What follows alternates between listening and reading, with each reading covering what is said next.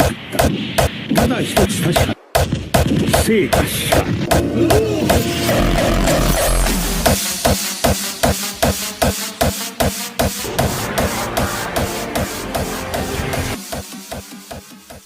Welcome to Gabriel Talks Gundam, or GTG as I would like to call it.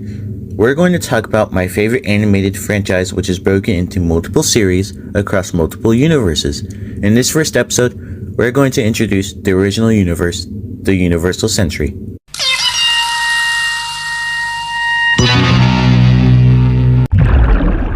So let's dive in, shall we? The Universal Century is the franchise's oldest and longest running era in this timeless franchise. The Universal Century, or UC, started with the original Mobile Suit Gundam in 1979, and the franchise continues on to today. So what is the Universal Century? The Universal Century is the era that came after the Anno Domini era. So while the original series in 1979 takes place in UC 0079, one of the latest series, Unicorn, first mentions the Universal Century starting at the end of the Anno Domini era.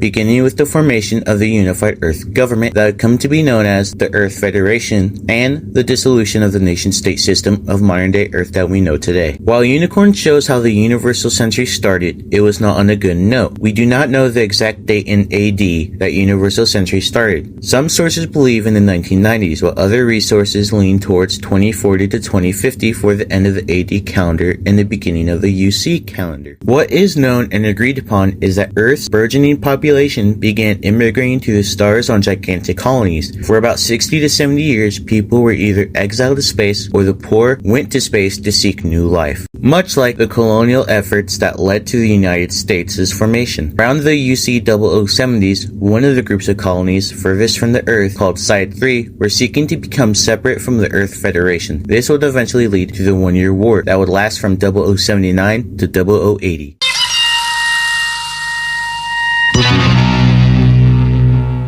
With the beginning of the One-Year War, many people believed that the numerically superior Earth Federation forces would claim a quick victory over the Principality of Zeon. However, the Principality of Zeon would unleash a new weapon, a weapon that would change the way that warfare was fought. This weapon had the speed and maneuverability of a fighter, the armor of a tank, and the firepower of a battleship, and this weapon was the Mobile Suit.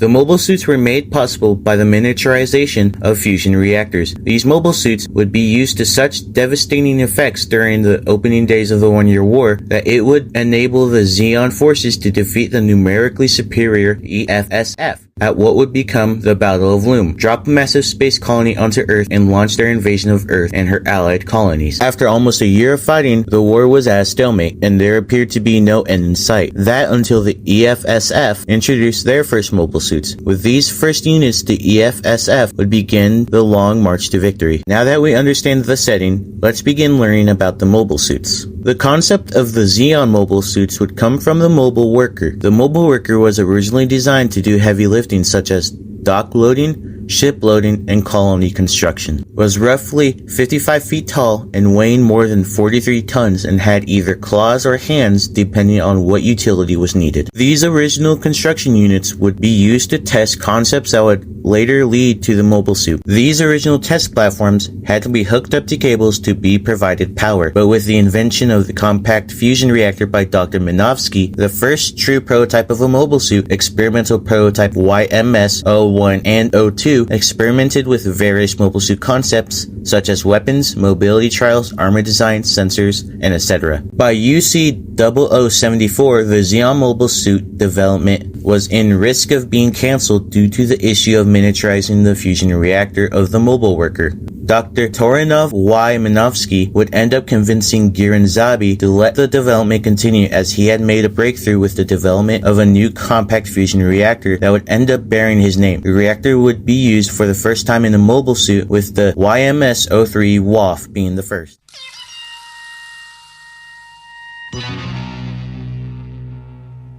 The reactor used a fluid pulse system that would allow high mobility in space. The WAFF would feature the same forearm exchange function as the mobile worker. Its armaments would include a prototype bazooka, a heat hawk paired with a shield. Some pilots would end up using the WAFF, such as Mark Kalden, Sasha Kitz, and Vasila Bosch, and more. The WAFF would see itself first animated in Mobile Suit Gundam The Origin series, where we see the development of the mobile suits. The WAFF would be successful enough to have multiple units produced, but Zeon's focus would switch to the combat-ready successor MS-04 Bugu, and eventually the MS-05 Zaku 1.